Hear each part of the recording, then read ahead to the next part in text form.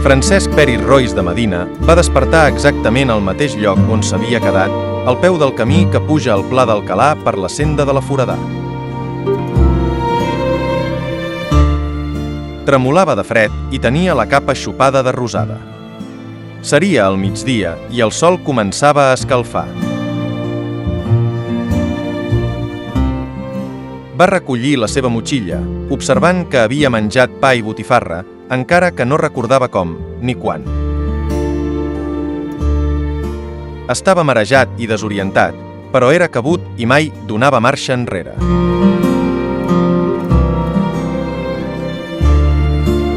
De cop i volta, al seu olfacte va arribar l'olor del fum d'una xemeneia, barrejat amb l'aroma d'un guisat.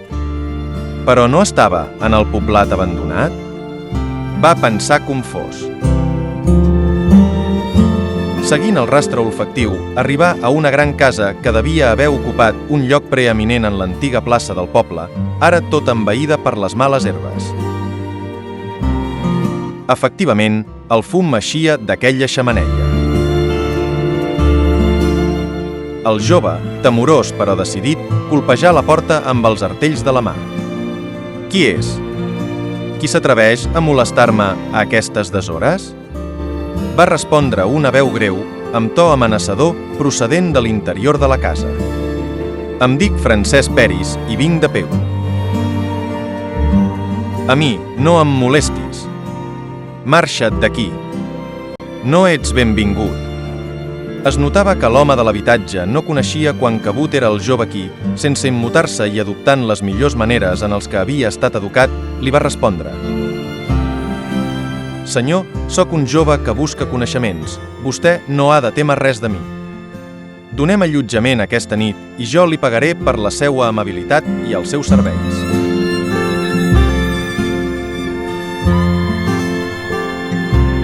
L'home, encuriosit i després d'un silenci perllongat, va despassar el forrellat amb gran carrisqueig, deixant la porta mig oberta.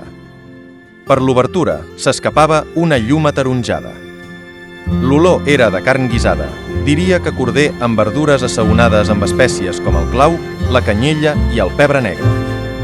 Per l'estreta obertura de la porta va apuntar un rostre barbut i una cara citrina, amb un nas aquilí i molt llarg.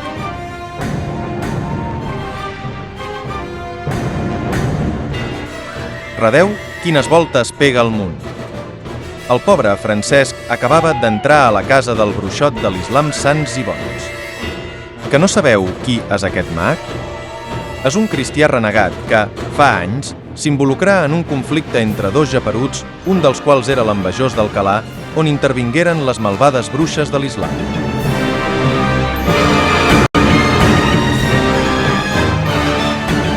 El bruixot dugué el jove fins a una cambreta on hi havien 3 mussols pelats, vius, que semblaven 3 ànimes en pena, cadascun d'ells parat a la seua branca seca d'olivera borda, al pany més obscur de la paret.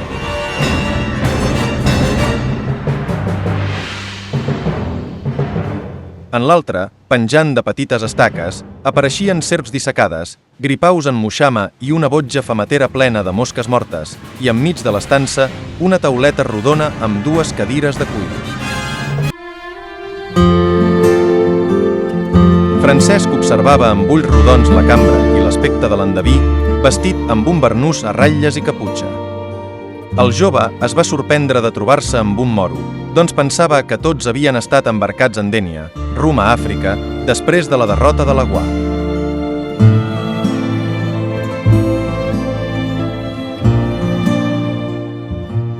Alguns moriscos s'havien camuflat entre els gitanos nòmades, recorrent la península. Sants i Bons va seguir aquest camí. Passats uns anys, tornà a la terra dels seus pares i, encara que no s'instal·là a Alcalà, aconseguí ocupar una casa abandonada de l'antic Raval Mor. El bruixot li va assenyalar unes cadires i van asseure's, acomodant-se sobre la petita taula rodona. Sants va encendre un ciri roig perfumat amb l'essència d'un oli tret de les fulles fresques del cànem. «Què vols aprendre, jovenet?» Li va preguntar, «Gramàtica o càlcul?» Francesc li va dir que ja sabia això i ara volia aprendre coses importants. El bruixot, empipat, li va preguntar quines coses eren més importants. El jove, mirant els mussols, va dir: «M'agradaria saber per què he vingut al món. Quina és la missió dels homes? On està, si és que n'hi ha, el creador del món? Vull saber què hi ha més enllà de la mort». Xerrava més que respirava. Diu que fa més de 500 anys vivia dins el terme d'Alcalà de la Jovada un moro que tenia per nom Alfabet, les dues dones del qual eren Salima i Rabinaya, que se'l miraven i no se'l veien de tan bo com era i de tan bona vida que es donava. Alfabet, de menudet, havia caigut dins d'una sèquia i s'havia tornat gepelut. Però ell sempre s'havia conformat amb el seu gep, us dia que avançava en tot més que ningú, ja que per no tombar cap arrere corria com una llebre cap avant.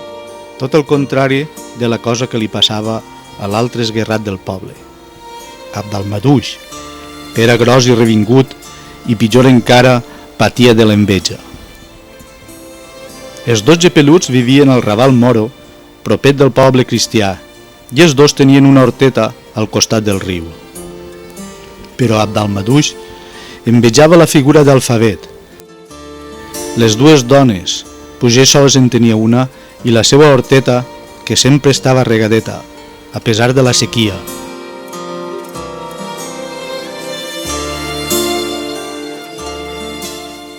Pues Alfabet era molt feiner i les regava per la nit, mentre que ell era un moron més dolent que un trabuc, negre com un perol, greixinós i més toix que un nòbila, pues no sabia fer ninguna feina ben feta.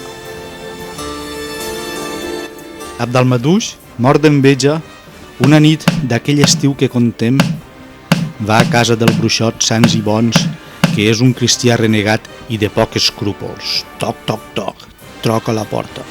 Qui ve a aquesta deshora? Què se t'ofereix, Abdalmaduix? Vull fer-li mal al gepa d'Alfabet. Al preguntar-li al bruixot què li havia fet, Abdalmaduix, l'envejós, diu que li guanyava a tot. Jas, 5 monedes, i quan li faces tot el mal, te'n donaré altres 5. Amb això feu-vos compte que es gastava tots els estalvis de l'any. Davant aquells arguments pecuniaris sans i bons, es va disposar a obrar. Els fregis piquen, els crus couen. Sans i bons agafar un grapat de pólvores, les posar en el cap d'Abdalmaduix i escalar foc. Tot seguit obrir una finestra però no es veien les estreles. Vine, escolta. Es va sentir un batre d'ales en el cel i a l'acte hi entraren 6 bruixes de la casta més purament horrorosa que us pugueu imaginar. Escolta i amaga't, manà Sans i Bons, i Abdalmaduix es ficà en un racó de la cambra ocult darrere una cortineta de domàs. Però aquesta és una altra història, i si voleu saber el final, es tindreu que llegir el llibre de rondalles d'Enric Valor. Jo només volia mostrar-vos el lloc meravellós on va succeir aquesta fantàstica història de l'envejós d'Alcalà. Què passa? No t'ho pots creure? Doncs sí, compassió i amor per tots els meus germans tractats com bestiars pels exèrcits cristians. Aquell dia els vaig jurar venjança i es va apoderar de mi un odi etern contra el porc cristià. La seua veu reflectia amargor i odi quan ens va contar el que havien fet amb el seu poble uns miserables, amos del poder a Espanya en aquells temps. Ens va contar que tota la seua gent fou obligada a renunciar de la seua fe i a les seues costums sota amenaces de mort i d'expulsió. Ho van fer uns llardusos, aragonesos i catalans, que havien escapat de les muntanyes del nord de Xarca l'Andalús, un trist lloc on no creixen les oliveres i les vinyes produeixen pixarelles.